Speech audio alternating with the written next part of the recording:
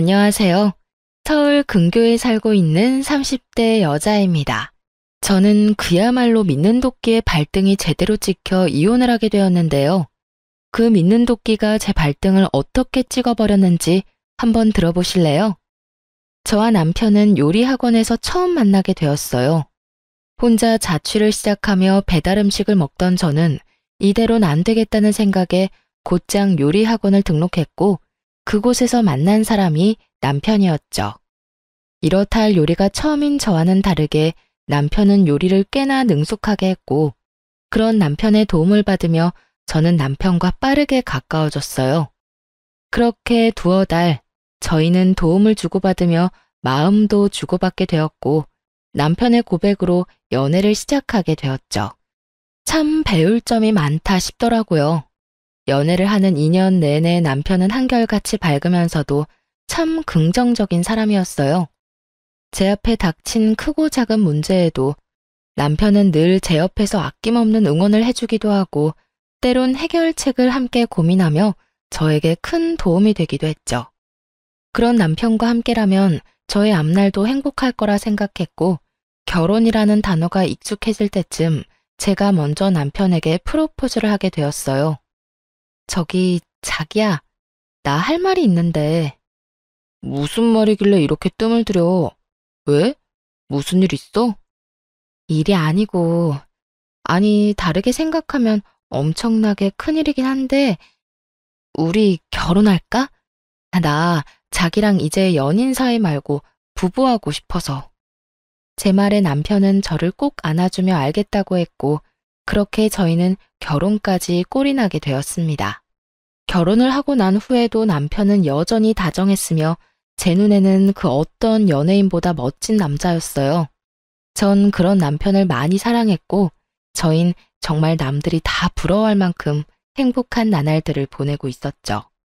그러던 어느 날 남편이 많이 지친 얼굴을 하고서 상의할 일이 있다고 하더군요.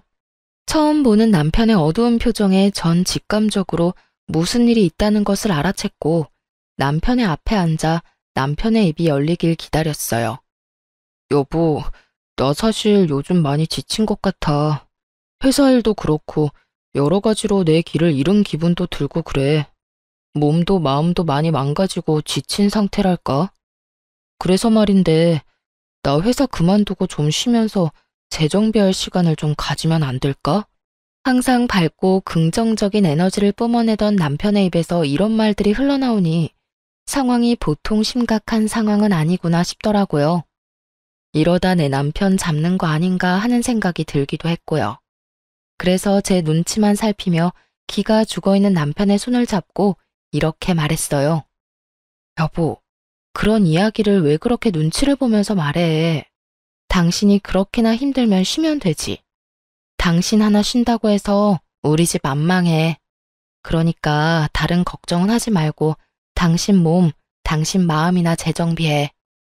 여보, 그렇게 말해줘서 고마워. 고맙긴. 만약 내가 힘들어서 회사 때려치우고 싶다고 하면 당신은 뭐라고 할 거야? 그렇게는 절대로 안 되니 죽는 한이 있어도 회사 다니라고 할 거야? 아니, 그건 아닌데. 그래도 내가 가장이고 남자니까 이런 이야기 꺼내기가 쉽지 않더라고. 가장이고 남편인 거 중요하지. 그런데 여보, 나는 당신이 제일 중요해. 당신이 행복하고 당신이 건강해야 나도 행복해지고 건강해져. 그러니까 이제 부담감 좀 내려놓고 다른 길을 찾아봐. 저는 두말 없이 남편의 의견을 따르기로 했고 남편은 그런 저에게 고맙다며 눈물까지 글썽이더군요. 그 결정이 저에게 피눈물이 되어 돌아올 거라는 생각은 그땐 상상하지도 못했네요. 그렇게 남편은 회사를 그만뒀고 제가 이 집의 가장이 되었죠. 남편은 한동안은 쉬며 다른 일자리는 천천히 알아보기로 했고 저 역시 꽤 쉴 것을 예상했던 터라 그저 남편의 뜻을 지켜보기로 결정했죠. 그간 모아뒀던 것도 있기도 했고 조금 아낀다면 생활이 불가능한 상황도 아니었기에 남편의 퇴직금은 감당할 수 있을 거라 생각했는데 문제는 전혀 예기치 못한 곳에서 일어나더라고요. 그건 바로 남편의 씀씀이었어요. 남편은 한동안은 모자랐던 잠을 잔다거나 책을 읽는 등 주로 집안에서 시간을 보내며 그간의 노고를 씻어내곤 했었는데 어느 순간부터 밖으로 나돌기 시작하더니 이때껏 보지 못한 사치가 시작되더라고요. 스트레스를 돈으로 풀기로 작정이라도 한 사람처럼 속된 말로 돈을 물 쓰듯 흥청망청 쓰기 시작하는데 이대로 괜찮은가 하는 생각마저 들더라고요. 처음에는 그러려니 했던 마음도 남편의 사치가 점점 심해지니 이건 아니라는 생각이 들었고 어느 날은 상의도 하지 않고 차를 바꾼 것을 보는 순간 전 이대로는 안 된다는 생각이 확실하게 들더군요. 그래서 결국 남편에게 한마디 하게 되었죠. 여보, 차는 언제 바꾼 거야? 전에 타던 차도 상태 괜찮았잖아. 그게 친구가 차를 바꿨는데 한번 몰아보니까 괜찮더라고. 그래서 나도 기분 전환할 겸 해서 바꿔버렸어. 기분 전환 겸? 차가 한두 푼도 아니고 그렇게 비싼 걸 살 거였으면 나하고 상의 정도는 했어야지. 당신 회사 일로 바쁘니까 그냥 혼자 결정한 거지. 그리고 내가 내 돈으로 산다는데 당신이 왜 화를 내? 다 내가 능력이 되니까 산 거라고.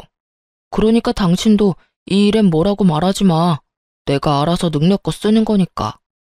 낯설더라고요.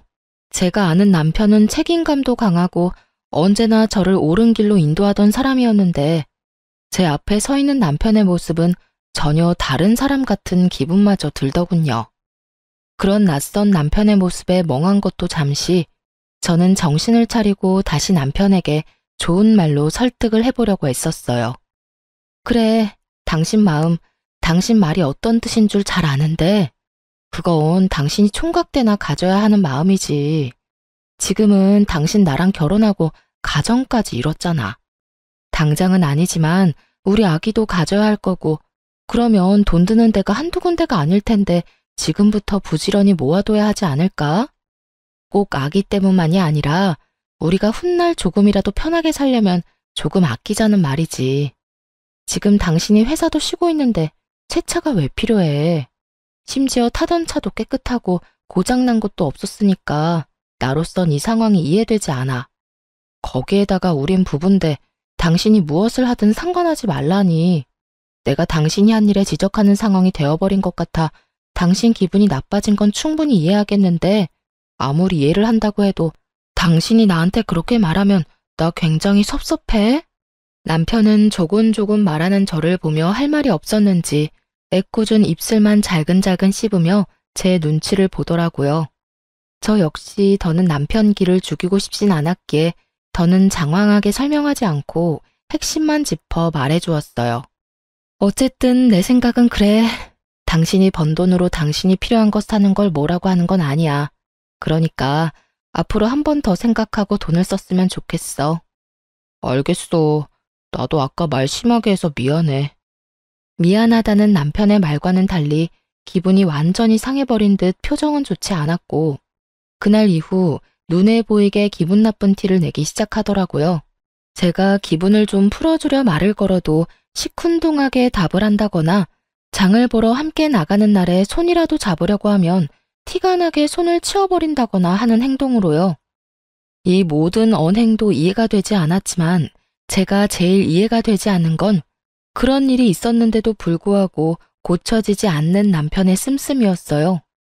말로는 알겠다, 네 말을 다 알아들었으니 앞으론 그러지 않겠다 라곤 했지만 여기저기 숨겨놓은 새로운 옷과 신발이 발견될 때마다 저희 사이엔 미묘한 다툼이 일곤 했어요.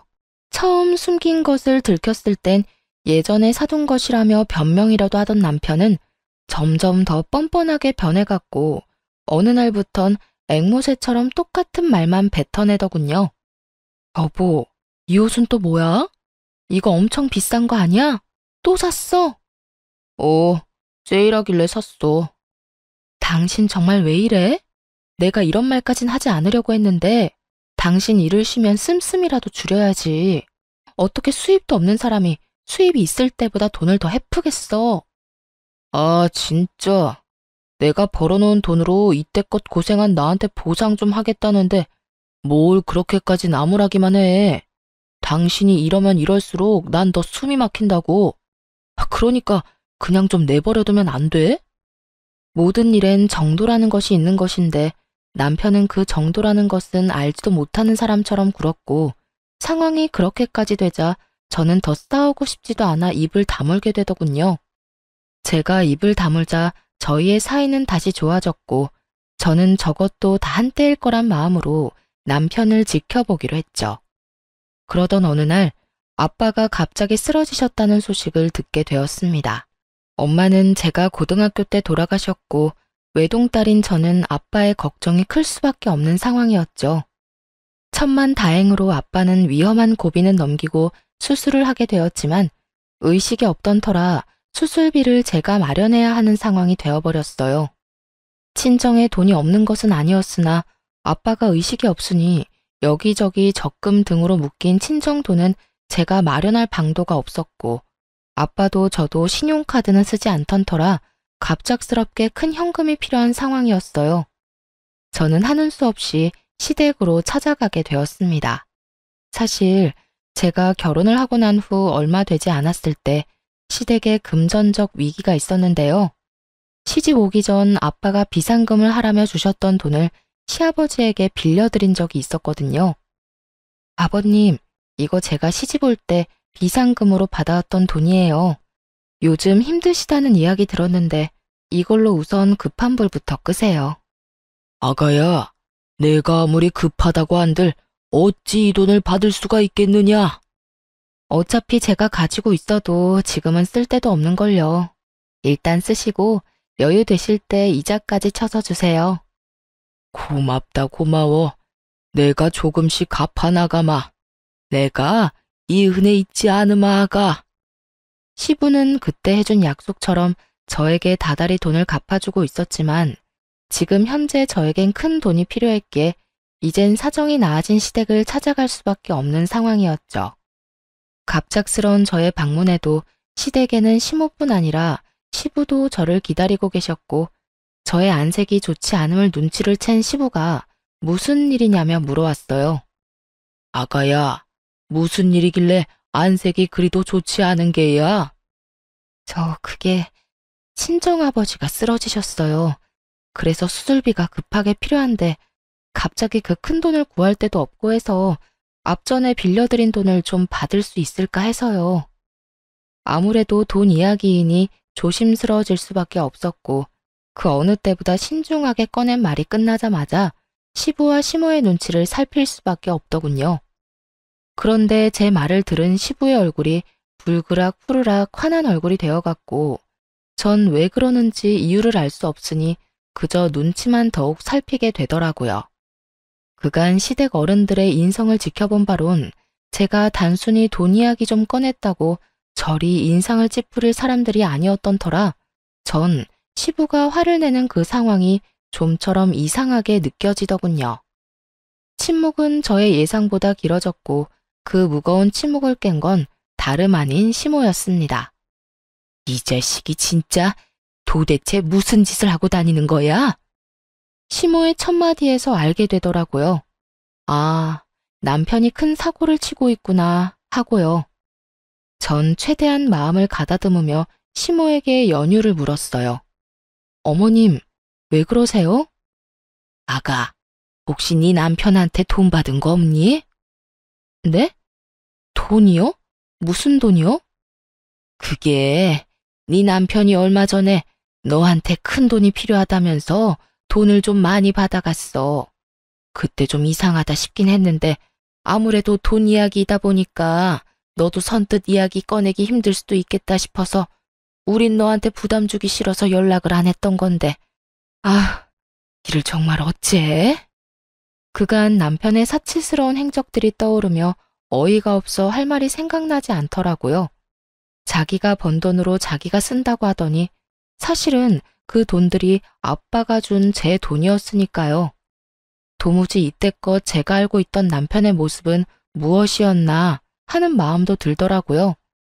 저의 이 복잡한 마음을 눈치챈 시부는 헛기침으로 제 시선을 잡아끈 후 이렇게 말하더군요. 아가, 생각이 많은 거 안다. 나도 이렇게 마음이 복잡한데 너는 오죽하겠어?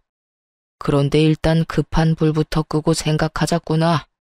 내가 일단 지금 급한 돈은 당장 마련해주마. 일단 우리 사돈부터 살리고 보자꾸나. 그리고 내가 미안하다. 그렇게 큰 돈을 그냥 내주는 것이 아니었는데 정말 미안하구나. 사실 남편이 잘못한 것이지 시댁에서 잘못한 것은 아니었지만 제가 처한 상황은 그 돈을 가져간 남편을 닥달해 돈을 받아낼 때까지 기다릴 만한 여유가 없었어요. 그랬기에 시부가 마련해준 돈을 얼른 받을 수밖에 없었죠. 아니에요, 아버님. 제가 감사하죠. 꽤 큰 금액인데 이렇게 주셔서 감사해요. 아니다. 본래 네 돈이었는데 뭘. 이렇게 힘든 이야기 꺼내게 해서 미안하구나. 그 자식이 실망하게 한 것 또한 미안하고. 이렇게 저에게 용서를 구한 시부의 표정은 섬뜩할 정도로 화가 나 보였고 시모 역시 시부의 표정과 다를 바가 없었죠.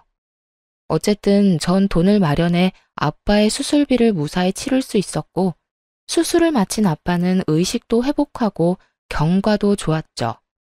그렇게 아빠가 건강을 되찾아가는 사이 남편은 바쁜 저를 대신해 아빠의 병실을 오가며 간호하고 있다는 이야기를 아빠에게 들을 수 있었어요. 저를 대신해 아빠를 돌봐주는 것은 고마운 일이 분명했지만 그 큰 돈을 받아서 다른 것도 아닌 사치하는 데 쓴 것은 절대로 용서가 되지 않더라고요. 바늘 도둑이 소도둑 된다고 사람 하나 고치는 것이 얼마나 힘든 일인 것임을 잘 알기에 저는 그 상황을 어떻게 풀어나갈지 더 큰 고민에 빠지게 되었어요. 이혼해야 한다는 생각을 하고는 있지만 이혼이 쉽게 내릴 결정도 아니었고 무엇보다 아빠의 건강이 회복되고 있다고는 하나 언제든 다시 나빠질 수도 있는 상황이니 고민은 더욱 커져만 갔고 신중에 신중을 가하게 되더군요. 하지만 그 모든 것이 걸리는 상황이라도 남편과 이야기를 나눠 똑바로 짚어야 하는 문제임은 확실했죠. 저는 여전히 저에게 심드렁한 남편을 붙잡고 말했어요. 여보, 나랑 이야기 좀 해. 무슨 이야기? 나 아버님, 어머님께 이야기 다 들었어. 당신 내 핑계를 대면서 내가 빌려드린 돈 거의 다 받아갔다며? 어떻게 된 일인지 설명해. 제 말을 들은 남편은 눈빛이 흔들리기 시작하더니 퍼렇게 질린 얼굴을 하고서 고개를 떨어뜨리더군요. 그렇게 고개만 숙인다고 상황이 해결되지 않아. 그러니까 어떤 말이든 해봐. 남편은 저의 닥달에 망설이는 듯 싶더니 이내 입을 열더군요. 그게 처음부터 이럴 작정은 아니었어. 쉬면서 몸도 마음도 회복되고 나니까 그동안 악착같이 산 게 후회가 되더라고. 이러다 죽으면 다 소용없겠다 싶기도 했고. 그래서 이것저것 사다 보니까 카드값이 감당이 안 됐어.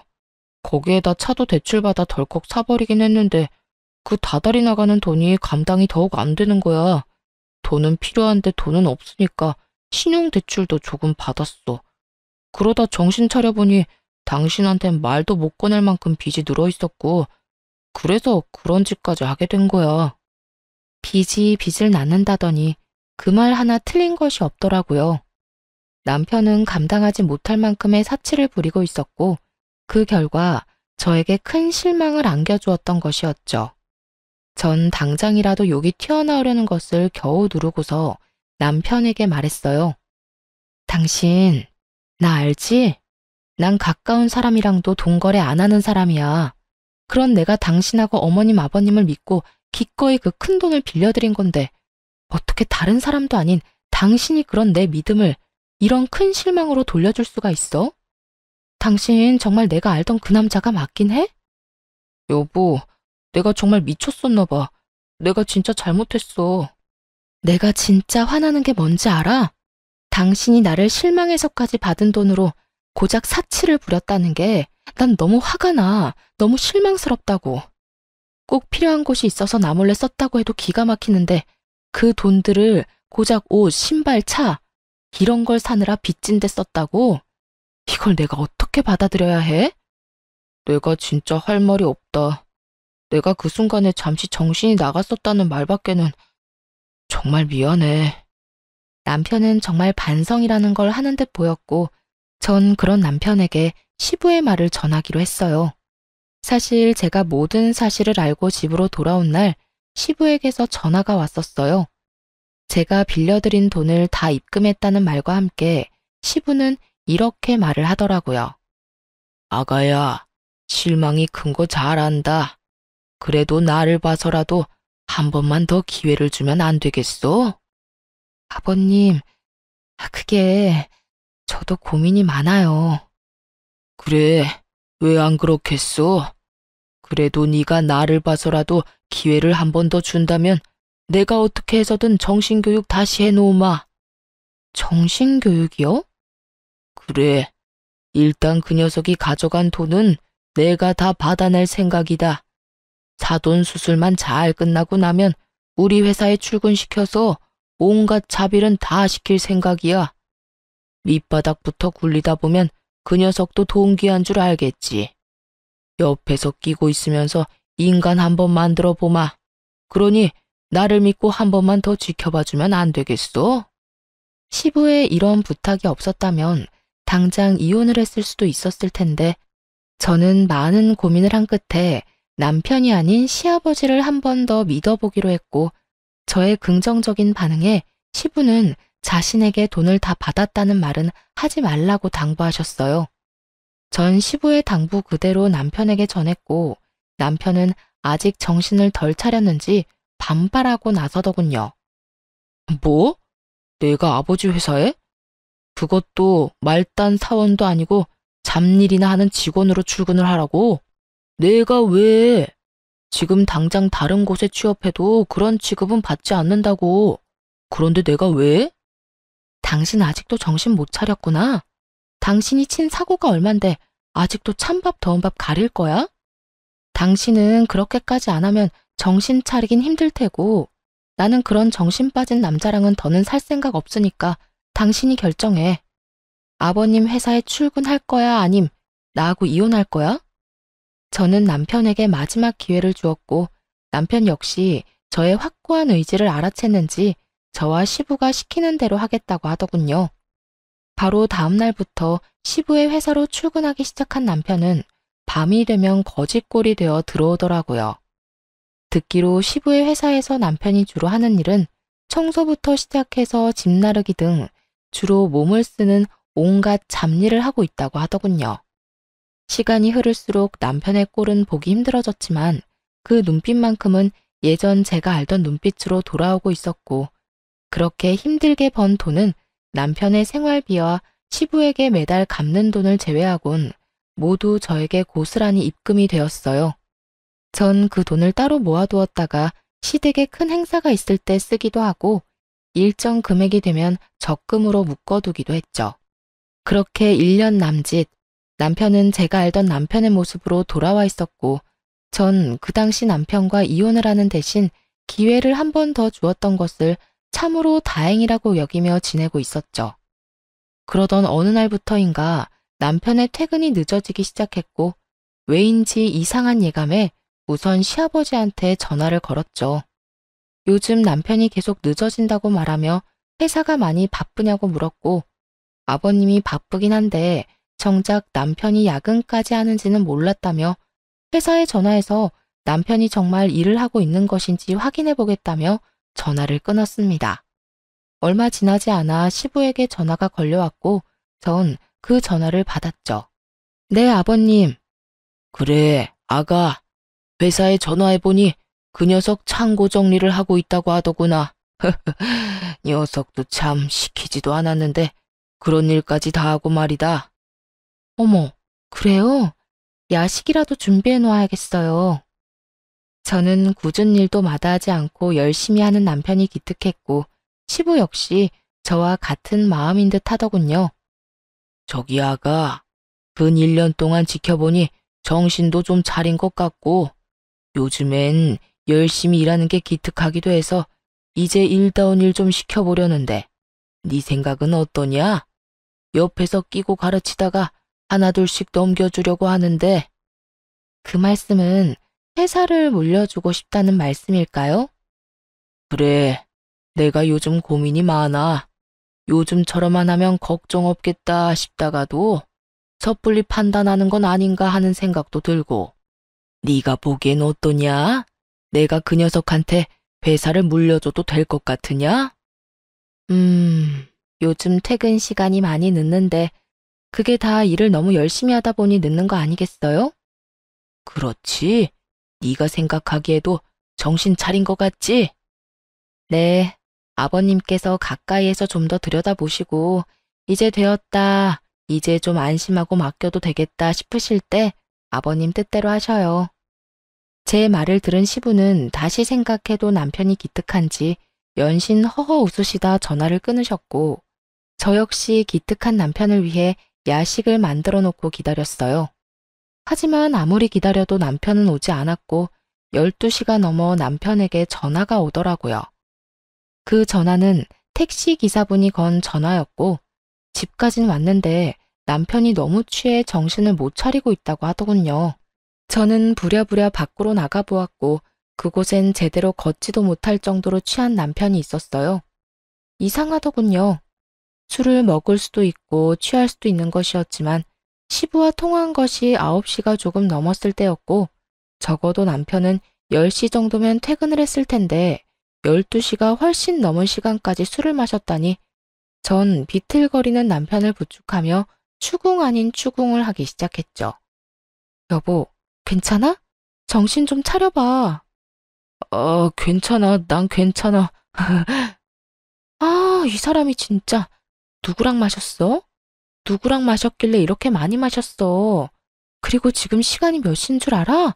내가 못 살아, 정말. 그냥 아는 형이랑 먹었어. 이야기하다가 먹다 보니 이렇게 됐네. 미안해. 이렇듯 두루뭉술하게 넘어가는 남편을 보며 이 인간 또 숨기는 게 있구나 싶었죠. 그리고 그 다음날 남편은 또 늦는다는 연락을 하더라고요. 솔직히 일하는 걸 제 눈으로 직접 확인한 적도 없어서 이번 기회에 야근하는 남편 응원도 할 겸 찾아가기로 결심했죠. 간단한 요깃거리와 함께 평소 남편이 좋아하는 인삼물을 끓여서 말이죠. 회사에 도착하니 전날 들은 말처럼 다른 곳은 불이 다 꺼져 있는데 창고에서만 불빛이 새어나오고 있더라고요. 그 늦은 시간까지 열심히 일하고 있는 남편을 떠올리니 입가에 절로 미소가 지어지며 흐뭇한 마음마저 다 들더군요. 전 남편의 일을 방해하고 싶지 않은 마음에 적당한 타이밍을 위해 창고 안을 조심스럽게 들여다보았고 살짝 들여다본 창고 안의 광경은 그야말로 충격 그 자체였습니다. 아무렇게나 바닥에 내팽겨쳐진 옷가지들과 함께 남편에게 붙어있는 여자. 전 두 눈으로 보고 있으면서도 믿지 못할 광경에 큰 충격에 빠져 멍하니 있다 몰래 숨어 사진만 몇 장 남겼네요.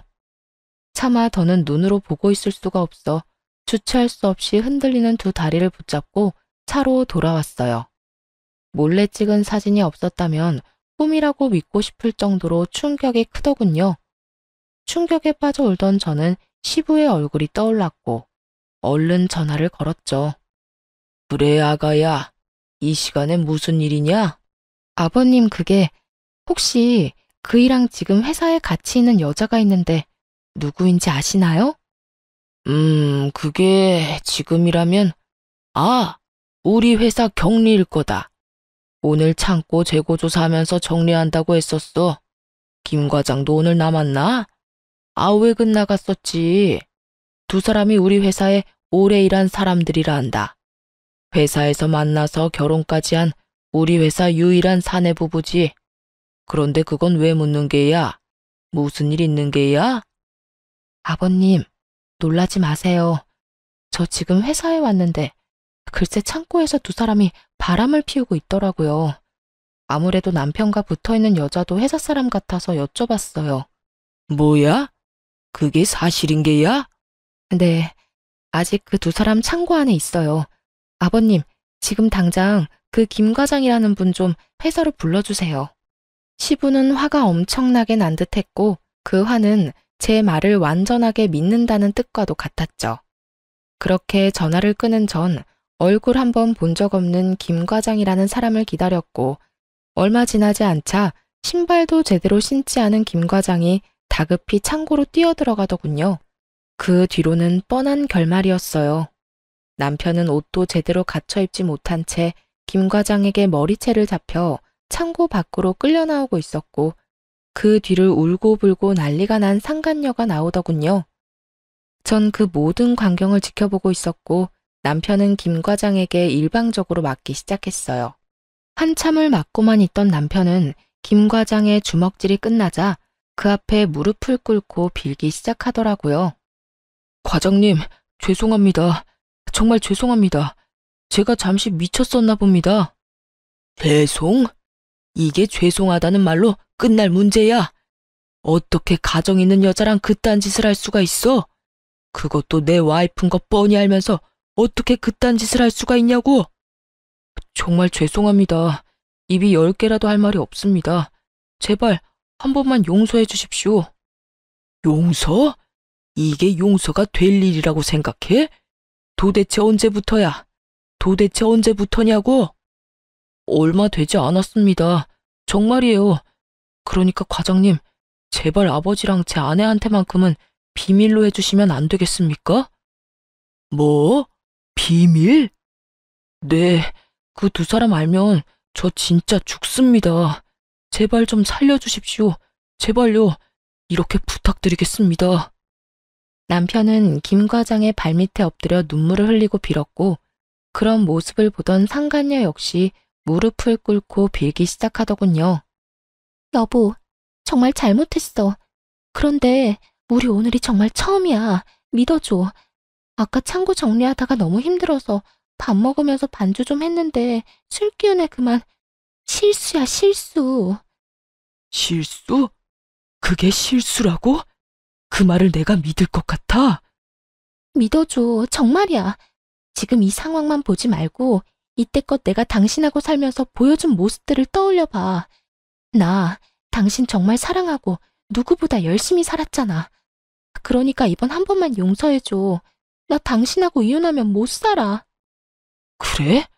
그럼 살지 마. 뭐? 나하고 이혼하면 못 산다며?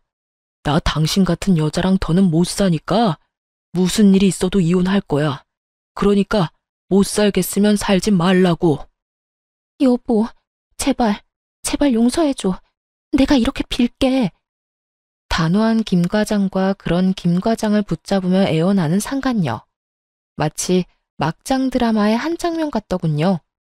뒤늦게 저의 모습을 발견한 남편은 그야말로 얼굴이 사색이 되어가고 있더군요. 여보, 여기 어떻게 왔어? 어떻게 오긴. 당신 힘들게 야근한다길래 먹을거리랑 물 좀 끓여왔는데 상상도 못했던 재밌는 광경을 봤지 뭐야? 그래서 내가 김 과장님 불렀어. 이런 재미있는 구경은 같이 해야 재미있는 법 아니겠어? 여보, 미안해. 미안하다고 하지도 마. 당신이 인간이야? 내가 어떤 마음으로 당신한테 기회를 주었는지 몰라? 어떻게 나한테 이럴 수가 있어? 저는 절규 섞인 고함을 내질렀고 저의 이런 모습에 남편은 고개를 바닥에 쳐박고 애원하며 빌기 시작하더군요. 여보, 진짜 미안해. 내가 정말 미쳤었어. 처음부터 이러려고 했던 건 아닌데 정말 미안해. 내가 당신한테 너무 큰 잘못한 거 알아. 그런데 나 진짜 마지막으로 한 번만 더 용서해주고 기회를 주면 안 될까? 나 이때까지 잘해왔잖아. 오늘 일은 정말 실수야. 실수라고. 실수? 실수라고? 나 말을 안 해서 그렇지. 지난 1년 동안 너무 힘들었어. 일은 일대로 힘든데 내 주머니로 들어오는 돈은 없지. 아버지 눈치에 당신 눈치에 그 상황이 너무 답답하기도 하고 짜증도 나고 그렇더라고. 그런데 그때 나한테 저 여자가 잘 대해주니까 나도 모르게 눈길이 가서 이런 실수를 저지르게 됐어. 그렇다고 마음을 줬다거나 그런 일은 절대로 없었어. 정말이야. 내가 진짜 미쳤었어. 그러니까 나한테 한 번만 더 기회를 주라. 응? 제발. 이런 상황에서까지 저의 탓을 하려는 남편을 보고 있는데 정말 어이가 없더라고요. 저의 탓을 하면서도 용서를 구하는 그 이중적인 잣대를 뽐내는 남편에게 전 지금까지와는 비교도 되지 않을 절망스러운 사실을 알려주었죠. 변명 잘 들었어. 그런데 어떻게 하지? 난 용서할 생각이 조금도 없는데. 그리고 당신한테 알려줄 사실이 한 가지 더 있는데 지금 여기로 누가 오고 있는 줄 알아? 누구? 설마 아니지? 맞아. 지금 떠오른 그 사람. 아버님 지금 오고 계셔. 아마 다 오셨을 거야. 내가 과장님을 어떻게 불렀겠어? 다 아버님께 말씀드려서 불렀지. 제 말에 남편은 제가 등장했을 때보다 더 큰 절망에 빠지며 얼굴이 새파랗게 질려가더군요. 새파랗게 질려가는 건 상간녀도 마찬가지였고 남편은 저와 김 과장에게 애원하며 부탁하기 시작하더라고요. 여보, 과장님, 제발 저 한 번만 좀 살려주세요. 제발 아버지한텐 다 오해였다고. 알고 보니 당신이 잘못 본 거였다고. 과장님도 아무것도 못 봤다고 그렇게 좀 말씀해 주세요. 제발요. 제발. 이렇게 부탁드릴게요. 이렇게 부탁해 여보. 남편은 거의 바닥을 기다시피 애원했지만 그 애원이 무색하게도 그 순간 시부가 무서운 얼굴로 남편을 향해 다가와 그대로 남편의 뺨을 내리쳐버리더군요. 네 이놈, 네가 어떻게 이렇게까지 쓰레기일 수가 있어? 네 놈이 어떻게 이렇게까지 정신을 못 차릴 수가 있냐고. 이제 하다하다 바람까지 피워? 그것도 엄연히 가정이 있는 여자를? 아버지, 제가 다 잘못했습니다. 정말 반성하고 있어요. 정말입니다. 제발 용서해 주세요. 남편은 시부의 바짓가랑이 붙들고 용서를 구했고 시부는 그런 남편의 손을 가차없이 뿌리치더군요. 용서? 그게 네 입에서 나올 수 있는 단어라고 생각하는 게야? 내가 미쳤었지. 내가 생각을 잘못해도 한참 잘못했던 게야. 네가 요즘 열심히 일하는 것 같길래 내 회사를 맡겨도 될 거라고 내 잠깐 착각을 했구나. 자식 새끼 잘못 키운 줄도 모르고 내가 피땀 흘려 고생한 내 회사를 너 같은 버러지한테 넘겨서 망할 뻔했어. 넌 내 회사를 물려받을 자격도 없고 내 자식으로 인정받을 자격조차 없다. 이후로 네가 밖에서 죽든지 말든지 나는 신경을 쓰지 않을 테니 너도 오늘부터 부모 없다고 생각하고 살거라. 눈앞에서 회사를 놓쳐버린 남편은 애원을 넘어 간절하게 시부에게 빌기 시작했어요. 회사요? 그게 정말이세요? 저는 아버지가 그런 생각하고 계신 줄도 모르고 제가 잠시 미쳤었나 봐요. 그러지 말고 제발 한 번만 봐주세요. 저도 사람인데 실수도 할 수 있는 거잖아요, 아버지. 마지막이라 생각하시고 한 번만 더 기회를 주시면 제가 정말 더 열심히 할게요. 뭐? 실수? 네 놈이 한 짓은 실수로 덮을 수 없는 중대한 사안이고 너 하나 때문에 내 회사에서 10년 넘게 일한 과장은 소중한 철을 잃었다. 네가 사람 새끼면 회사에 눈이 멀어서 봐달라는 말이 입 밖으로 나와선 안 되는 게다. 제가 정말 입이 10개라도 할 말이 없는 상황이라는 건 잘 알아요. 그런데요, 아버지. 저는 아버지의 하나뿐인 아들이잖아요. 하나뿐인 아들이 뭐가 대수냐? 그깟 아들 처음부터 없는 셈 치고 살면 되는 것을. 네가 무슨 말을 짓거리든 내 생각엔 변함이 없을 테니 그런 줄 알고 쏙 꺼지거라. 남편에게 단호하게 못 박은 시부는 몸을 돌려 김 과장과 상간녀를 향해 이렇게 말하더군요. 자네는 오늘부로 당장 퇴사 조치할 테니 그런 줄 알고 내일부턴 출근하지 말게. 김 과장한텐 내가 입이 10개라도 할 말이 없어. 미안하네. 일단 우리 이야기는 내일 하도록 하고 오늘은 자네처 데리고 돌아가 보게. 집안 문제로 할 이야기가 많을 터이니. 이렇게 말한 시부는 저의 손을 잡고 그 자리를 벗어나게 해주었습니다. 시부는 아무래도 집에 혼자 두기가 불안했는지 저를 시댁으로 데리고 갔고 시댁엔 저를 걱정스러운 표정으로 기다리고 있는 시모가 있더군요. 아가, 괜찮아? 어머님, 이제 어떻게 해요? 저 이제 어떻게 해요?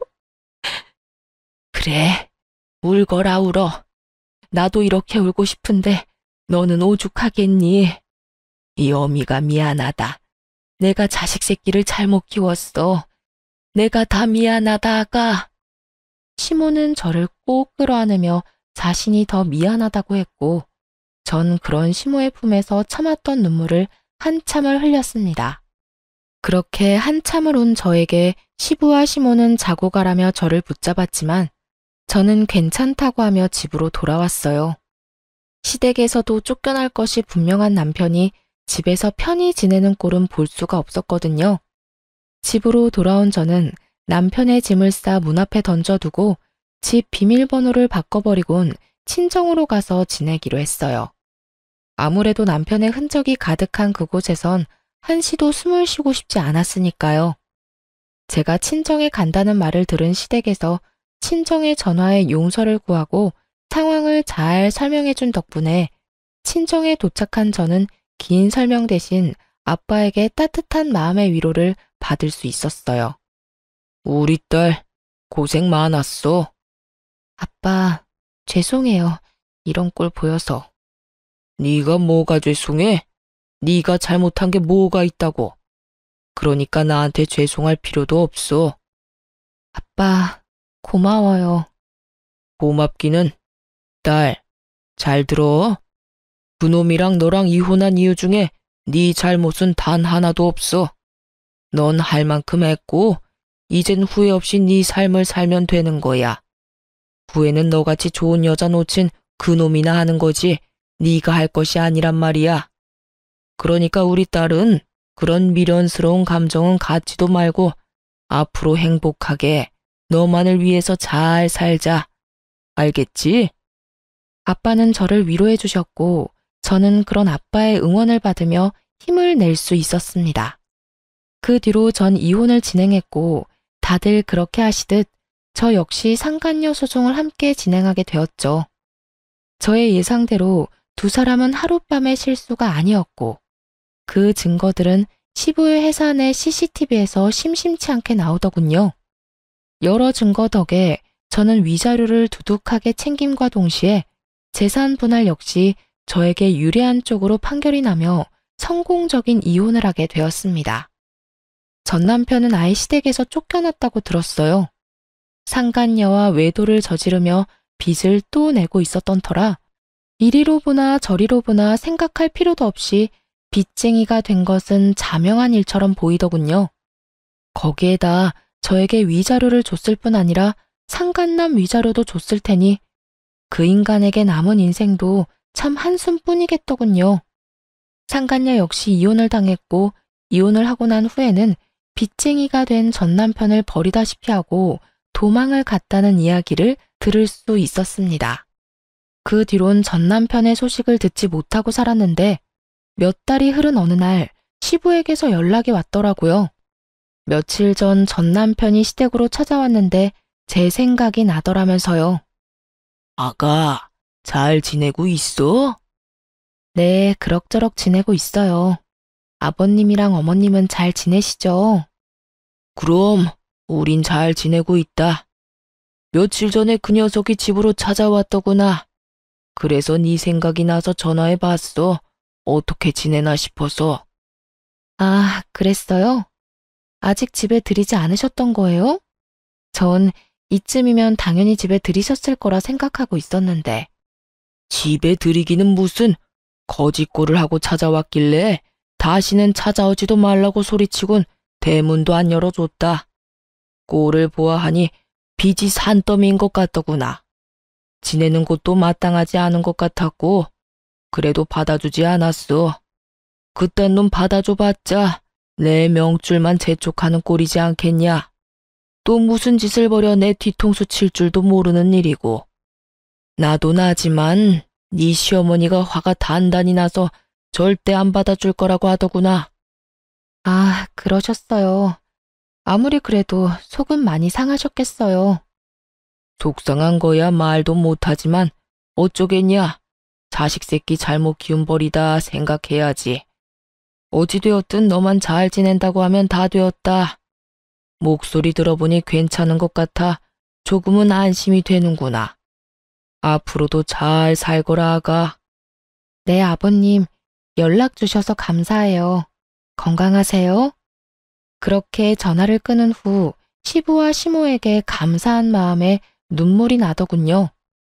피 한 방울 섞이지 않은 전 며느리에게 이렇게까지 마음을 써주시는 게 쉬운 일은 아니니까요. 전 남편의 일만 아니었다면 좋은 가족이 되었을 텐데 참 안타까운 마음도 들더군요. 시부의 연락을 마지막으로 더는 전 남편의 소식은 들을 수 없었지만 궁금하진 않더군요. 전 제 나름대로의 복수를 다했다고 생각했기에 더는 지나간 악연을 떠올릴 필요가 없었으니까요.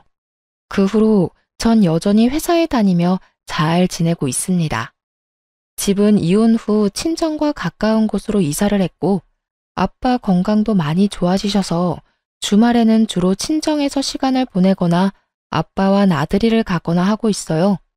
아, 최근에는 아빠가 집에서 쉬게 되시면서 이쁜 반려견을 한 마리 선물했었거든요.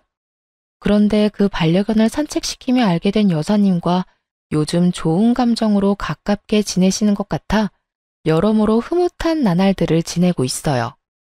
요즘 알게 모르게 저와 보내시는 주말이 줄어드는 것을 보아하니 조만간 여사님을 저에게 소개시켜주는 날을 기다리고 있기도 하답니다. 긴 세월 외로웠던 저희 아빠 구제해준 여사님을 뵙게 되면 제가 정말 잘 대해드리려고요. 전 아직 재혼 생각은 절대 없어요. 이혼할 당시에 그런 생각이 많이 들더라고요. 만약 남편이 돈 사고를 쳤을 당시에 바로 이혼을 했다면 어땠을까 하고요. 수도 없이 많이 생각해봤지만 그때마다 결론은 같더군요. 후회는 없다. 사연을 듣고 계신 분들은 이런 제 생각이 답답하실지 몰라도 저는 그렇더라고요. 만약 그때 바로 이혼했다면 전 남편이 외도를 저지른 꼴은 보지 않았겠지만 고작 돈 때문이라는 생각으로 했을 이혼이라면 분명 후회했을 거라고요.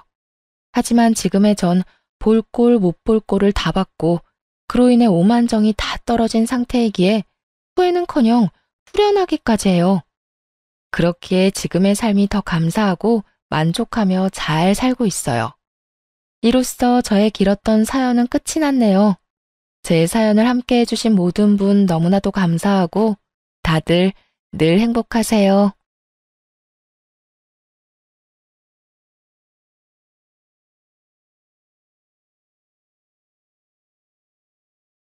안녕하세요.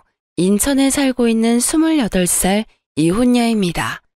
제 평생 결혼한 건 너무나 후회되는 일이지만 빠른 이혼을 한 건 정말 잘한 일이라고 생각하고 있어요.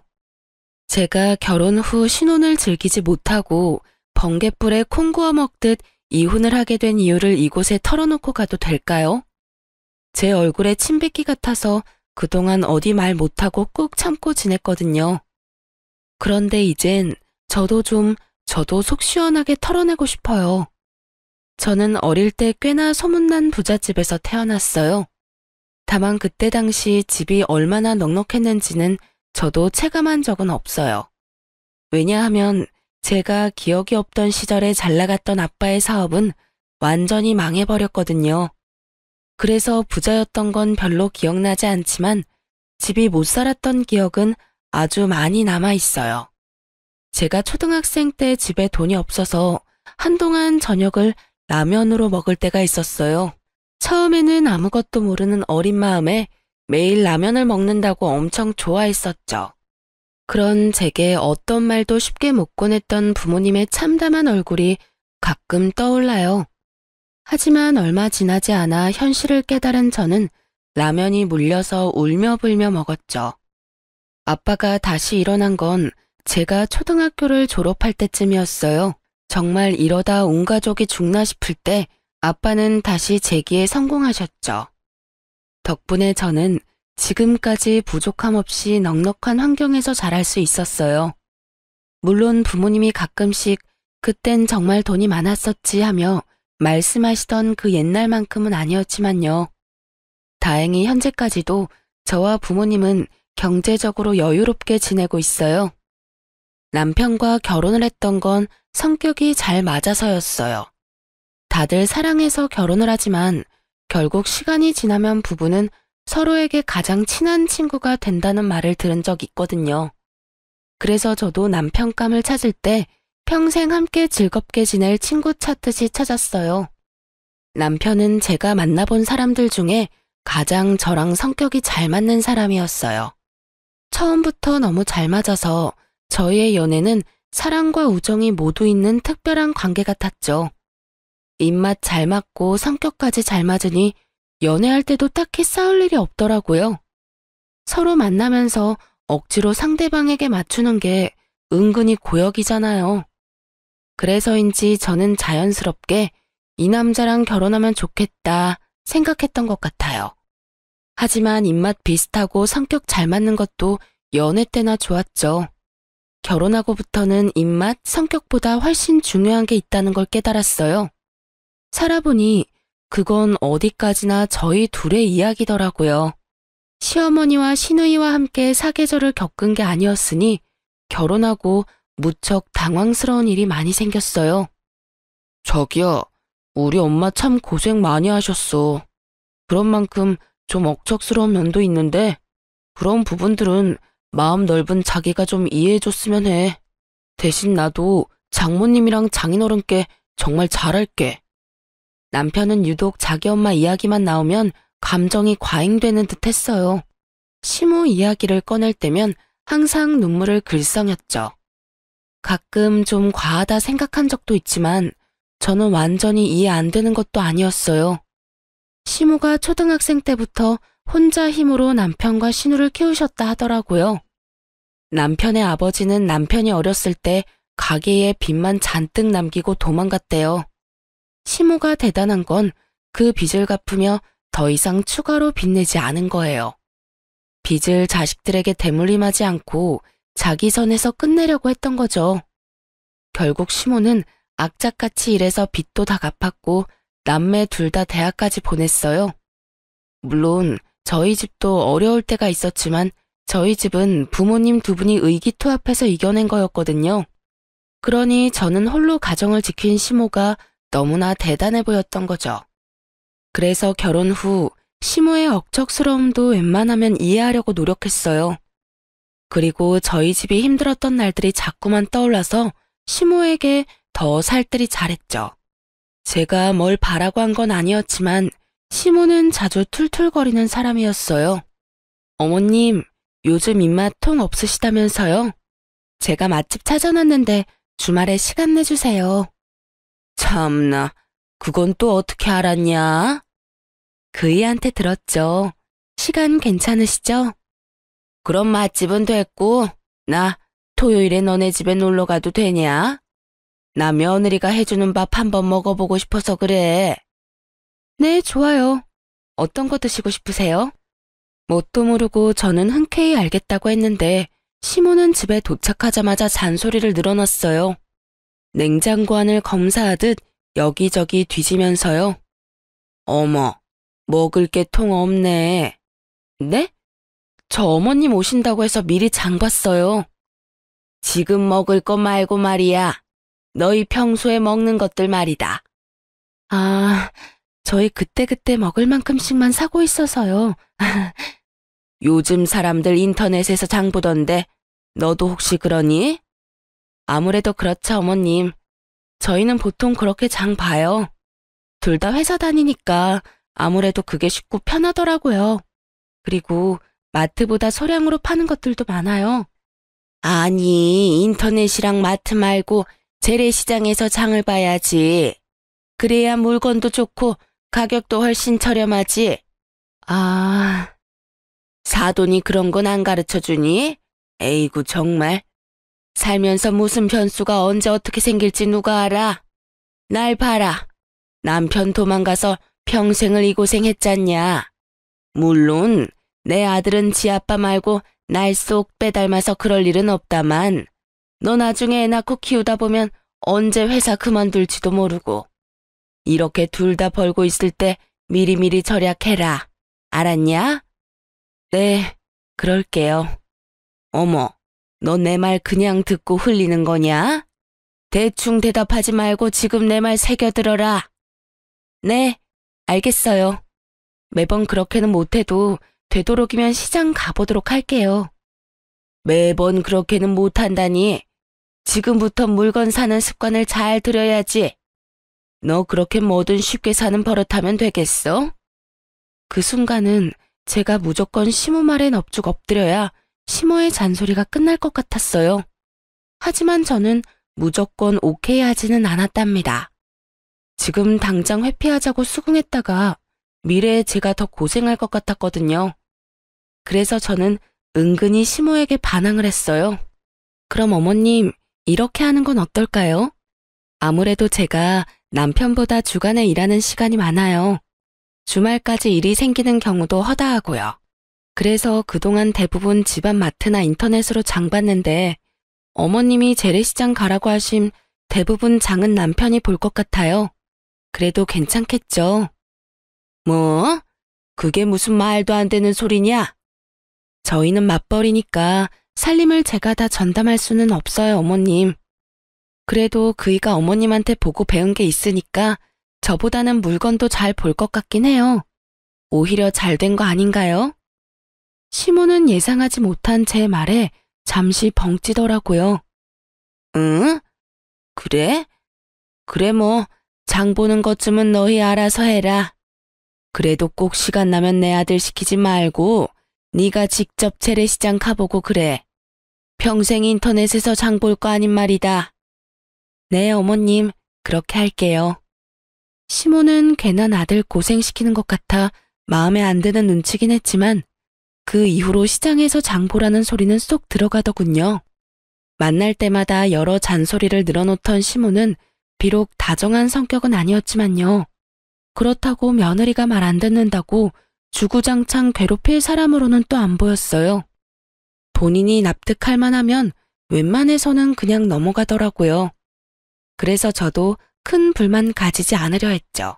하지만 시간이 지날수록 가만히 있으면 호구라는 말이 떠올랐어요.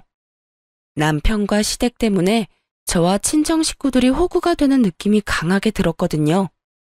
처음에 저희 부모님은 양가 집안이 차이가 좀 나니까 남편과의 결혼을 조금 반대하셨어요.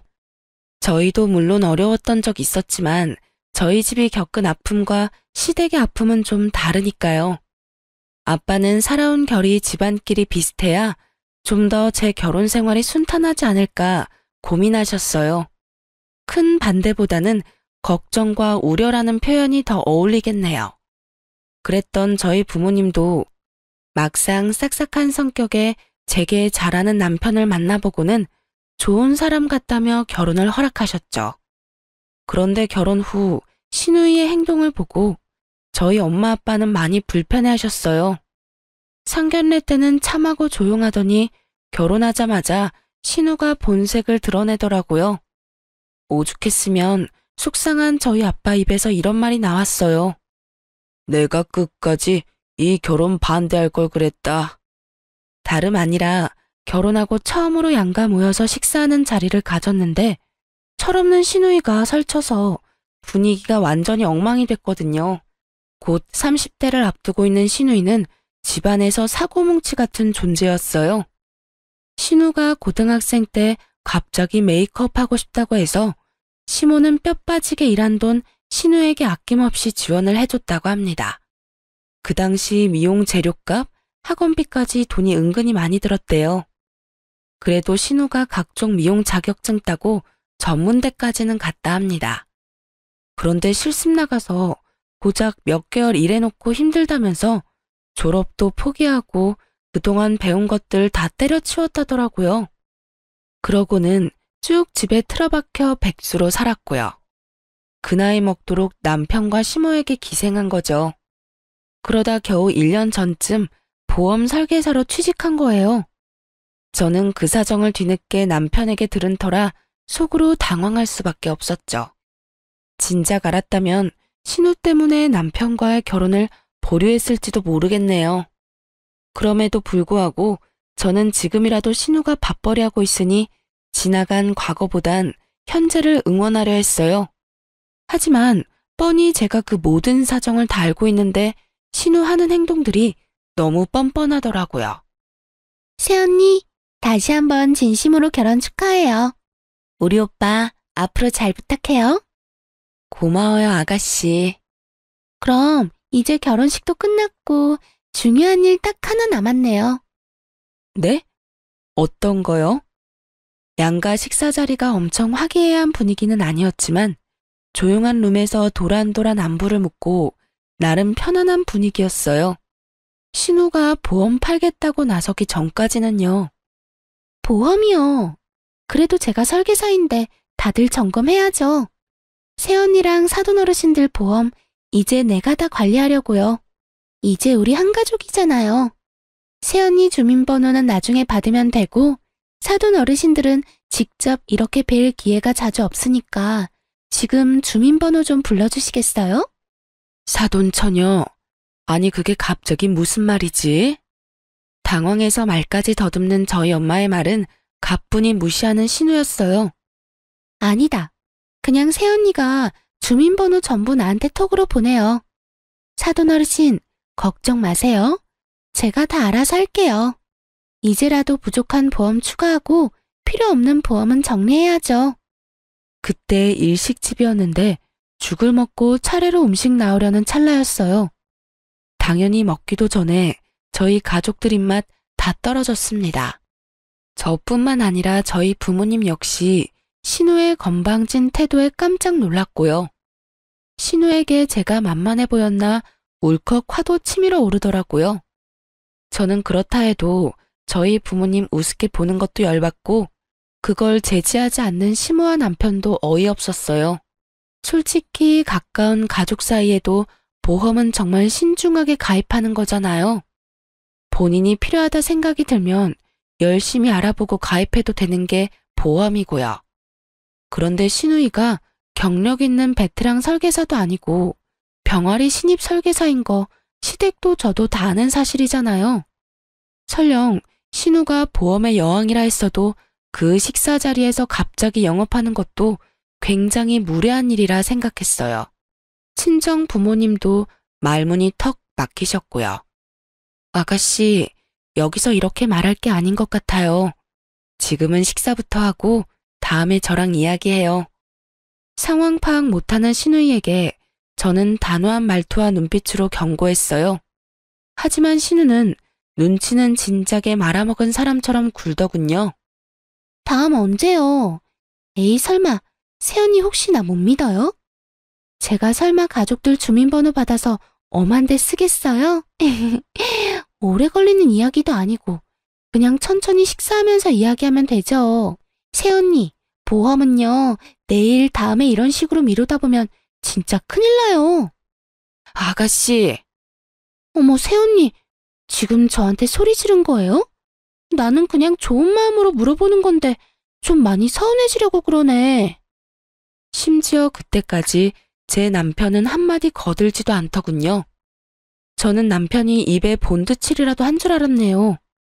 제 언성이 점점 높아지자 지켜보시던 친정아빠가 제 손을 조용히 잡고 말했어요.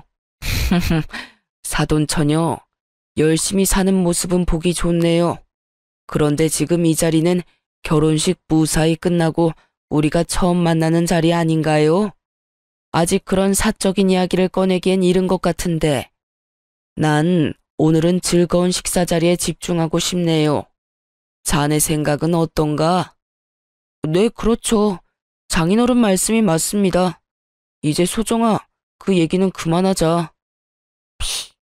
내가 뭘 어쨌다고? 아빠가 남편에게 묻자 남편은 그제서야 그만하라고 신우이를 말렸어요. 신우이는 식사하는 내내 입이 대빨 튀어나와선 아무 말을 하지 않았어요. 차라리 그렇게 입을 다문 편이 나았죠. 시모는 창피는 했는지 나중에 신우이 등짝 때리는 건 얼핏 봤어요. 문제는 그 이후에 신우가 전화와서 엄청 우는 소리를 하는 겁니다. 새언니, 나 이번 달 실적 조금만 더 채우면 되거든요. 저 좀 도와주면 안 돼요? 보험 비싼 거 가입하라고는 강요 안 할게요. 이참에 진짜 보험 점검하면 좋잖아요. 아가씨. 네? 어머님이랑 남편은요? 그게... 아가씨한테 보험 들었어요? 엄마랑 오빠는 어떤 보험 들지 아직 고민 중이에요. 어머님이랑 오빠 가입하면 그때 저도 생각해 볼게요. 너무해요, 진짜. 너무한 건 아가씨죠. 적어도 아가씨 가족인 어머님이랑 오빠는 설득해야 저도 믿음이 갈 거 아니에요. 저는 신우에게 시모랑 남편부터 가입시키고 오라고 했어요. 고집 세고 짠순이인 시모가 아무리 자기 딸이라고 해도 1년 된 설계사한테 덥석 보험을 새로 들 리가 없다는 걸 짐작했거든요. 아니나 다를까 신우이는 시모는 물론이고 남편에게도 가입 성공을 못 시켰더라고요. 본인 가족도 한 명 가입 못 시키는데 뭘 믿고 제가 가입하겠어요. 다행히 그 이후로 신우는 제 앞에서 보험의 보자도 안 꺼냈어요. 저는 진짜 신우이가 보험회사에서 진득하게 몇 년 일을 하는 모습을 보이면 그때 상담해보고 하나쯤 보험 들어주려고 했어요. 물론 부족했던 제 보험 보장도 채울 겸 저렴한 보험으로요. 그런데 그 마음이 싹 사라지게 남편이 제게 핀잔 아닌 핀잔을 주는 겁니다. 신우가 잠잠하니 이제 남편이 제 속을 뒤집더라고요. 그래도 내 동생인데 한번 눈 딱 감고 도와주면 안 돼? 가만 지켜봤는데 당신 너무 냉정하다. 응? 그게 무슨 소리야. 그러는 당신은 왜 아가씨 안 도와주는데? 아가씨도 그렇고 당신도 그렇고 대체 왜 나랑 우리 집에만 그래? 어머님이랑 당신이 들어주면 되잖아. 말을 왜 그런 식으로 해? 그럼 내가 말이 예쁘게 나오겠어? 당신이야말로 내가 가만 지켜봤는데 그동안 왜 자기 동생 안 말렸어? 내가 아가씨 문제로 싸우기 싫어서 잠자코 있으니까 바보로 보였어? 그건 걔가 철이 없어서 그런 거고. 그러니까 왜 나이만 먹고 철없는 동생 하는 짓을 엄한 데서 따지냐고. 막말로 내가 따져야지. 철없이 행동한 걸 알았으면 당신이 제지했어야 맞는 거 아니야? 내 말 틀렸어? 가족끼리 돕고 싶으면 당신이랑 어머님이 가입해주면 되는 건데 자기 가족도 안 들어준 보험을 왜 우리 친정에 가입하래? 연애 때 그렇게 잘 맞던 남편과 처음으로 싸운 이유가 바로 신우이라니.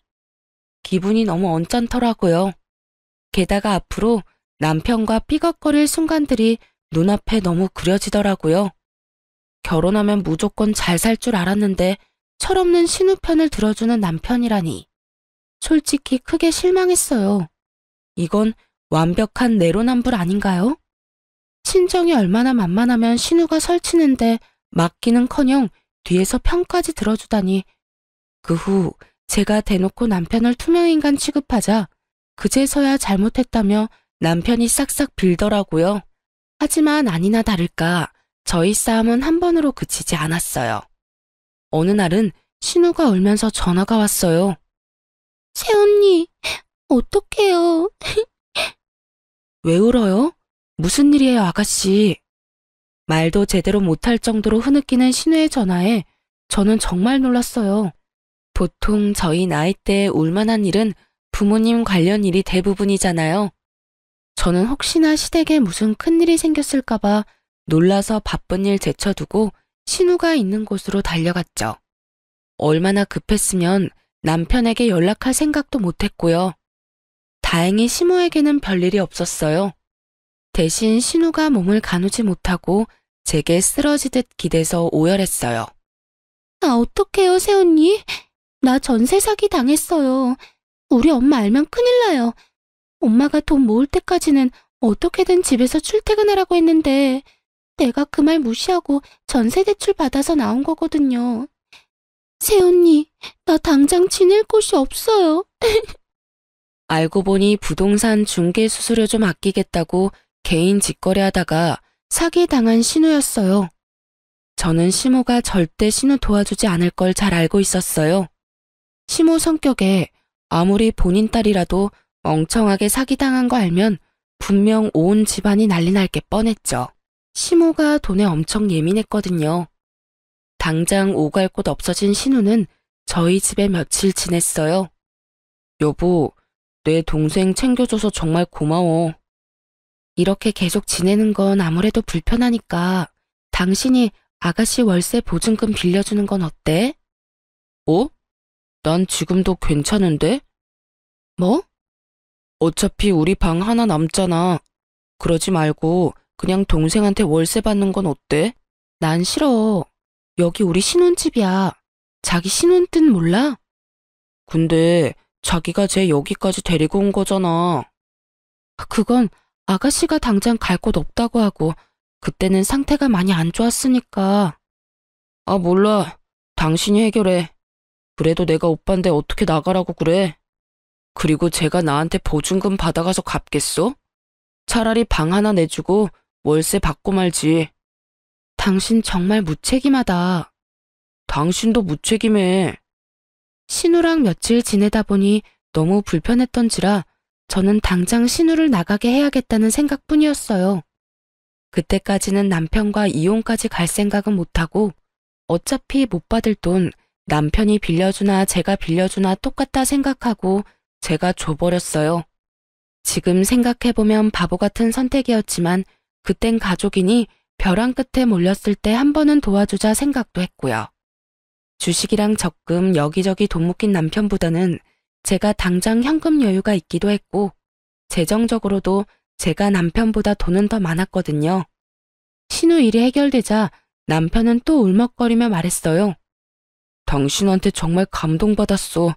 진심으로 고마워. 내가 정말 잘할게. 하지만 이번에 큰일은 친정에서 치르고 말았죠. 생각지도 못하게 엄마 건강에 적신호가 온 거죠. 난소에 작은 혹이 여러 개가 발견됐거든요. 그래도 암은 아니어서 천만다행이었지만 처음 알게 됐을 때는 너무 놀랐어요. 저는 친정엄마 앞에서 애써 눈물을 참았지만 남편 목소리를 들으니 눈물이 터지더라고요. 여보, 나 이제 점심시간이야. 장모님 괜찮으셔? 난소에 혹이 여러 개 발견됐대.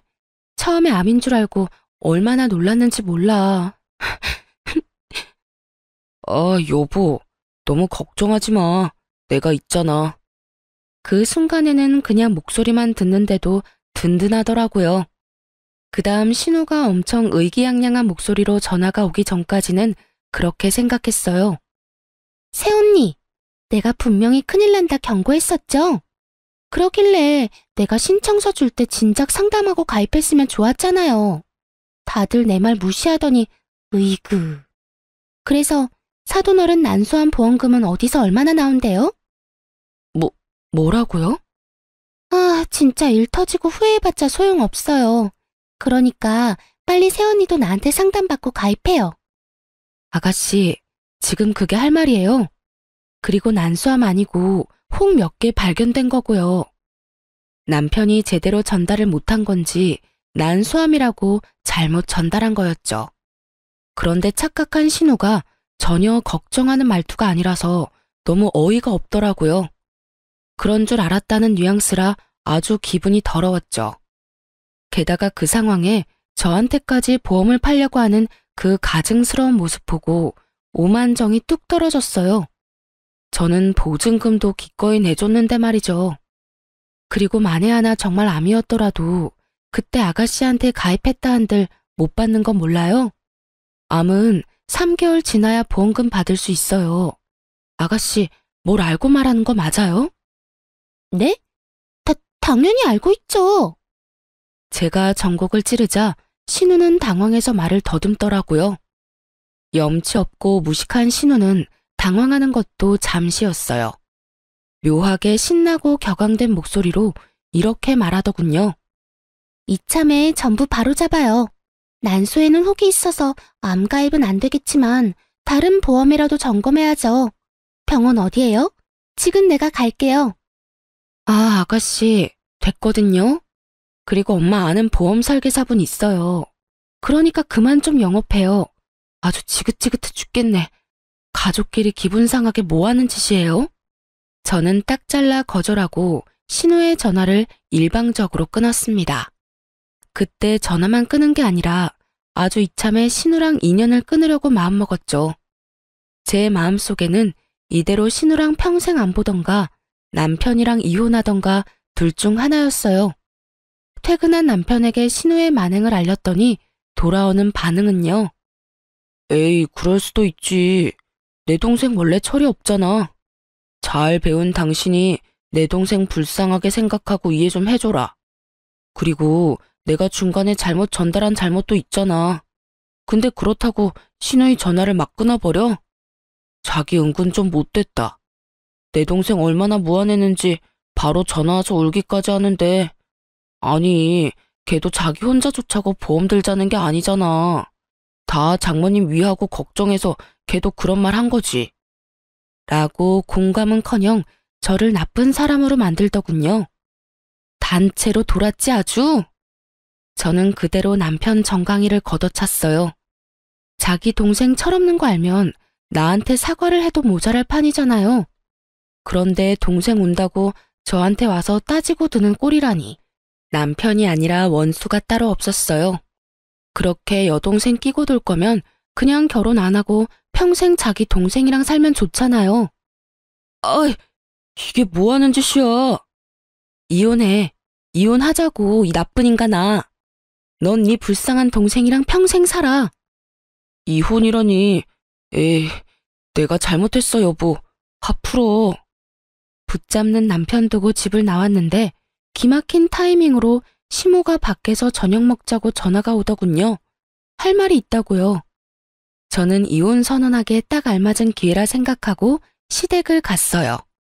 그런데 그 자리에 신우가 같이 앉아 있더라고요. 왔어요, 새언니? 아가씨가 있는 줄은 몰랐네요. 신우는 시모 눈치를 슬금슬금 보더니 제게 미안하다고 사과를 하더라고요. 시모도 딸 잘못 키워서 미안하다며 신우 등짝을 때리더군요. 솔직한 심정으로 시모까지 미안하다며 고개를 떨어뜨리는데 일을 너무 크게 만드는 것 같아 마음이 참 복잡하더라고요. 그런데 시모가 뜻밖의 말을 꺼내더군요. 저기, 내가 1억 3천이 당장 필요한데 말이야. 동진이한테 먼저 말할까, 너한테 먼저 말할까 많이 고민했어. 내가 이자 쳐서 확실히 갚을 테니까 한 번만 시어미 사정 좀 봐줄래? 네? 어머님, 갑자기 그 큰 돈이 왜 필요하세요? 시모가 시누이처럼 철없고 정신 나간 사람이 아니라고 생각해서 그 큰 돈이 어디에 필요한지 궁금은 하더라고요. 시모는 일요일 하루 빼고 매일 아르바이트 하러 나가는 사람이었으니까요. 신뢰가 없는 건 아닌데 큰 돈을 갑자기 빌려주기엔 부담스러웠어요. 아니, 애초에 빌려줄 생각도 없었고 어떻게 잘 거절할지 방법을 생각하고 있었죠. 그때 속으로 아차했던 게요. 신우 보증금 조건 없이 한번 빌려주니까 이런 식으로 제가 힘들어지는구나 싶었어요. 들어보니 시모는 본인 장사를 하고 싶은 거였어요. 좋은 기회로 딱 1억 3천이면 보증금도 권리금도 해결할 수 있다더라고요. 시모는 반찬 가게에서 일했는데 손맛이 꽤 좋아서 그 동네 사람들이 알아주는 거 저도 알고 있었어요. 만약에 제가 가게 보증금 빌려줘도 시모가 쓰는 게 아니라 돈이 묶이는 거니까 몇 년 후 제게 다시 돌아오겠지 생각은 했어요. 그래도 결혼한 지 얼마 안 돼서 부부 사이에 잡음이 나오는 와중에 남편 집안에 그 큰 돈을 빌려주고 싶지 않았어요. 장황한 설명에도 제가 긍정의 말이 없자 시모는 삐친 얼굴로 말없이 식사만 했어요. 저는 중간에 화장실로 도망가 남편에게 당장 오라고 했죠. 남편과 통화를 끝내고 화장실에서 나왔는데 그 넓은 고깃집이 시끄럽도록 둘이 하하호호 웃으며 난리가 났더라고요.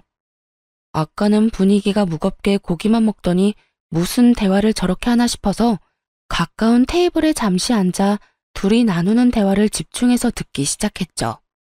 그런데 저는 정말 기절할 뻔했네요.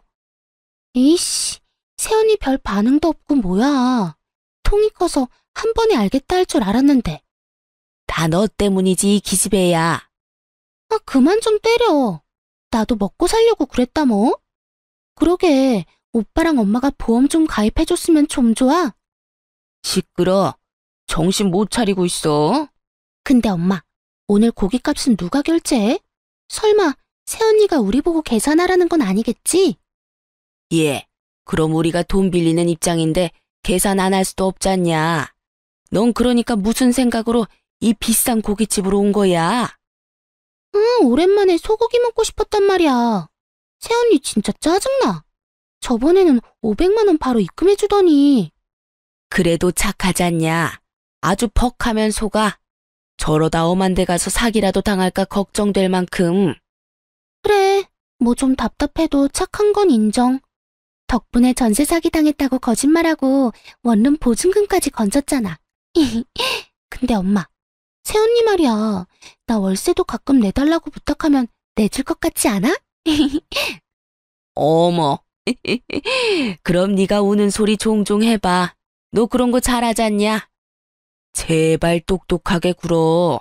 보험 팔 생각만 하지 말고. 이제 우리 집 든든한 금고 생겨서 얼마나 다행이야. 엄마, 가게 보증금 얼마랬지? 약속한 대로 5천은 나 주는 거다. 너 허튼 곳에 쓰면 정말 죽어. 듣다가 알게 됐는데 시모는 제게 큰돈 빌려서 보증금 내고 자기 딸이랑 본인 종잣돈 만들 생각이었나 봐요. 애초에 돈 빌리고 갚을 생각도 없어 보였고요. 몇십만 원씩 갚다가 안 갚으면 그만이라는 말까지 들었거든요. 저는 다 들었지만 아무것도 못 들은 척 태연하게 굴었어요. 분하지만 흥분해서 어버버 따지고 싶진 않았거든요. 그럼 오늘 고기는 어머님이 사주시는 거죠? 저 요즘 안 그래도 기력이 딸렸거든요. 감사히 잘 먹겠습니다, 어머님. 응? 뭐 그래, 맛있게 먹어라. 저는 일부러 비싼 소고기만 계속 주문했어요. 그날은 채기도 하나 없이 어찌나 음식이 잘 넘어가는지요. 아마 이혼하겠다는 결심에 속이 너무 후련해서 그랬는지 모르겠네요. 시모와 신우는 비싼 고기 손도 못 대더라고요. 저만 야무지게 잘 먹었어요. 30만 원 넘게 나왔는데 손을 벌벌 떠는 시모였죠. 어머님 잘 먹었습니다. 설마 돈 아까운 건 아니죠? 아깝다니. 우리 며느리 잘 먹어서 나는 너무 기분 좋아. 억지 웃음 짓는 시모와 신우를 끌고 카페로 자리를 옮기자고 부추겼어요. 알겠다며 또 억지 웃음을 짓는 모녀였죠. 시모는 예상치 못한 큰돈을 지출해서 그런지 얼굴이 잔뜩 어두워져서는 카페에서도 돈 이야기를 꺼내더라고요. 그럼 돈은 해주는 거지? 어머, 어머님 얼마라고 했었죠? 1억 3천. 오늘 해줄 거야? 해줄 거지? 일단 케이크부터 좀 먹을까요? 여기 케이크가 진짜 맛있거든요. 후식은 아가씨가 사는 거죠? 고마워요. 잘 먹을게요. 그리고 저 이따 갈 때 포장도 좀 해갈게요. 네네, 그럼요. 제가 쏠게요, 새언니. 저는 또 신우 돈으로 디저트랑 커피 왕창 시켰어요. 그리고 야무지게 디저트 먹으면서 얄밉게 말했죠. 그런데 말이죠, 어머님. 돈 30만 원에는 벌벌 떨면서 며느리 돈은 아무렇게나 쓰여도 괜찮나 봐요? 뭐? 너 지금 뭐라고 했냐? 새언니, 아까 설마 다 들은 거예요? 아무 말을 하지 않고 가만히 있자 긍정의 의미로 알아들은 모녀가 제게 다 오해라며 펄펄 뛰기 시작하더군요. 저는 아무렇지 않게 웃으면서 말했어요. 걱정 마세요. 돈은 생길 테니까요. 네가 도와주려고? 에이, 미쳤어요. 내가 왜요? 댁 아들이 도와주겠죠. 이혼하면 신혼집에 들어간 돈 다시 반반 나눌 거예요. 그러니까 아줌마 필요한 그 돈은 아들한테 달라 하세요. 왜 엄한 사람한테 돈을 자꾸 뜯으려 하실까? 아참, 혼수는 내가 했으니까 다 가져갈 거고요. 제 말에 두 모녀 얼굴이 울그락불그락 변하는데 참 보기 좋더라고요. 그래서 다 마시지 못한 커피는 신우 얼굴에 시원하게 부어줬습니다. 열받은 김에 정신 좀 차리라는 의미였죠. 아, 차가워. 너 지금 내 딸한테 무슨 짓이야? 마음 같아서는 팔팔 끓는 뜨거운 커피 들이붓고 싶은데 착한 내가 참았어요. 커피가 한 잔뿐이라 따님한테만 부었는데 아쉬우세요? 뭐 아쉬우면 한 잔 더 시키고요. 이번엔 따뜻한 거 시킬 건데 괜찮죠? 뭐? 단단히 미쳤구나 너. 미친 건 당신들이지 이 가족 사기다 나. 처음엔 이상하게 다 멀쩡한데 딸만 왜 저 모양일까 했어. 근데 결국 다 똑같은 집구석이었네. 평소랑 다른 독한 얼굴에 시모와 신우는 겁에 질려서 아무것도 못하고 개거품만 물더군요. 그대로 집 가서 이혼하려고 짐 싸는데 이놈의 남편은 가만히 있으면 될 걸 또 눈치 없이 혈압을 오르게 만들더군요. 당신 돈도 안 빌려줄 거면서 비싼 소고기는 왜 그렇게 많이 먹었어? 어휴, 엄마가 30만 원 넘게 썼다고 얼마나 화가 나셨는지. 당신이 나중에 보내줄 거지? 솔직히 양심이 있으면 당신 혼자 다 먹었다던데. 30만 원은 당신이 이체해주라, 어? 그럼 그렇지. 짐작하기는 했는데 진짜 역겹네. 애초에 당신도 다 알고 있었지? 뭘? 어차피 당신 집이랑 당신 지금도 충분히 여유롭잖아. 그 정도는 우리 엄마랑 동생 도와줄 수 있지 않아? 야, 이 거지 같은 놈아. 나한테 돈 맡겨놨냐? 네 가족인데 네가 직접 빌려줘야지. 1억 3천만 원은 너도 없는데 내가 왜 빌려줘? 그냥 긴 말 필요 없고 지금 이혼하고 네가 혼자 실컷 도와주면 되겠네. 저는 남편 멱살을 잡고 흔들기 시작했어요. 당장 신우가 저한테서 가져간 500만 원부터 입금하라고 말이죠. 입금 안 하면 어쩔 거냐는 남편 말에 당장 이혼이지 않겠냐며 비웃었죠. 그랬더니 남편 놈이 진짜 이혼은 하기 싫었는지 그 자리에서 바로 500만 원 송금하더라고요. 이 자식 돈도 있었으면서 일부러 내 돈 쓰게 만든 거 보니 혈압이 2배로 오르더군요. 입금했어, 여보. 이성적으로 생각해. 우리가 결혼한 지 1년이 됐냐 2년이 됐냐? 이건 정말 아니야. 그래, 이건 정말 아니지. 입금만 확인하고 남편놈 싸대기를 아주 풀스윙으로 날려버렸어요. 30만 원 고기를 먹어서 그런가 청량한 짝 소리에 제 마음도 다 시원해지더라고요. 끝까지 내 편은 없다는 생각에 많이 우울하더라고요. 친정에 와서야 눈물이 펑펑 쏟아지는 거 있죠. 부모님께 엉엉 울며 자초지종 설명했는데 속상해하실 줄 알았는데 오히려 빨리 알아채고 이혼하는 게 어디냐고 엄마가 기뻐하시더라고요. 아이고, 조상님이 도우셨다. 이제라도 알아차린 게 어디야. 그런 사기꾼들한테 큰돈 안 뜯기고 지금이라도 이혼하는 게 천만다행이다. 그래서인지 저도 한 번 울고 정신이 번쩍 들더라고요. 얼른 이혼해서 내 인생의 오점을 지우고 싶은 마음뿐이었죠.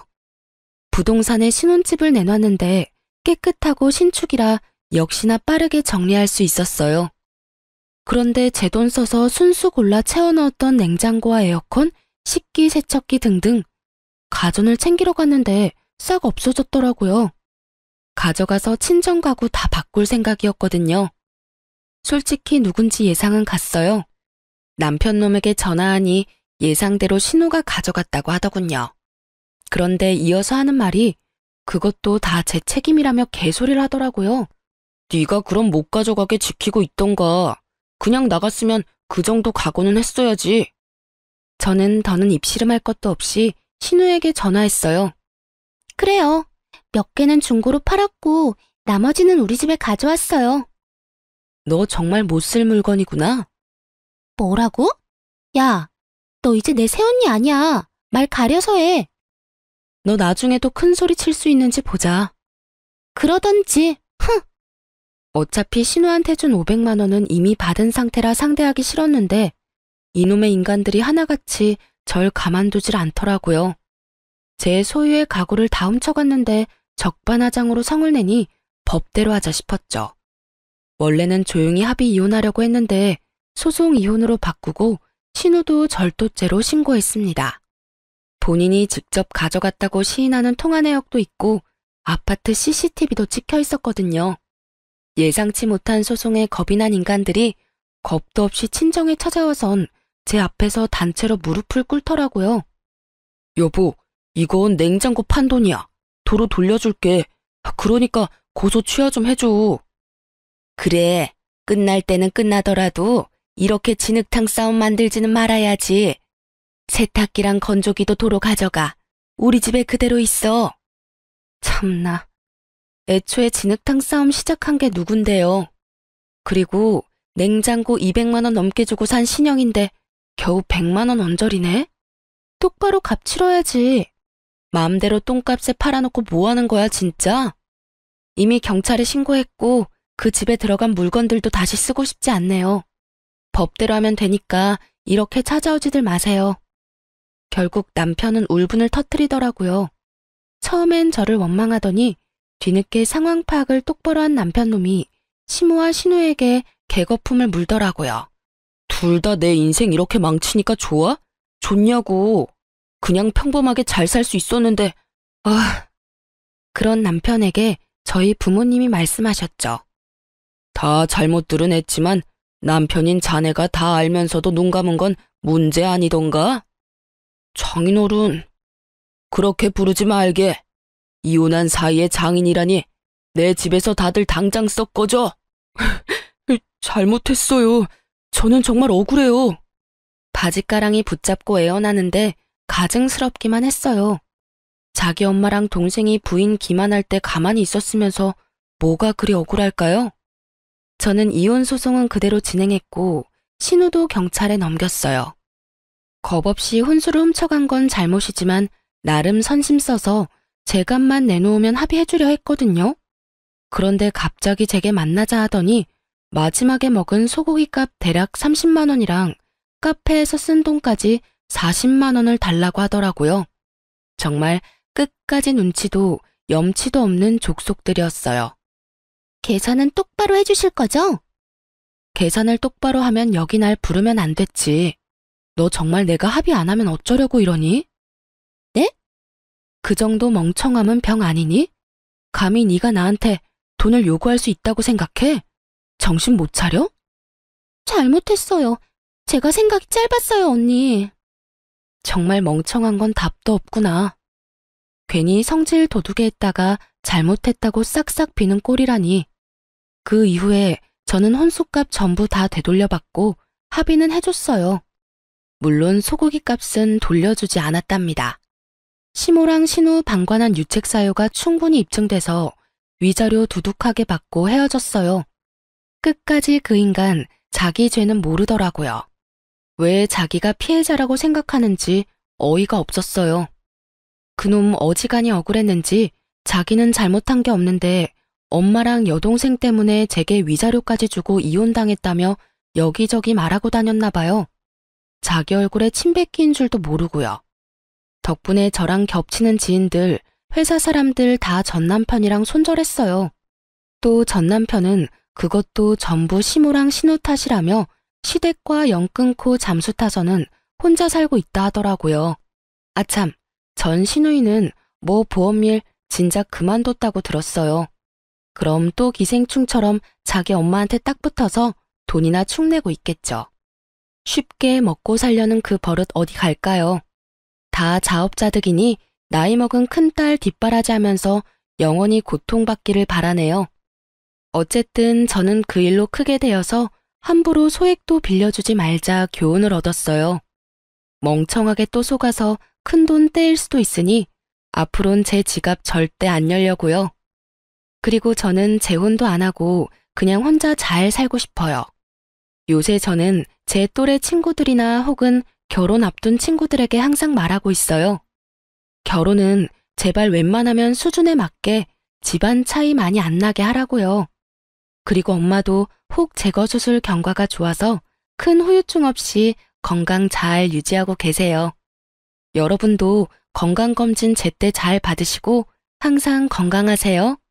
그럼 지금까지 제 긴 사연 함께 들어주셔서 감사합니다. 좋은 하루 되세요.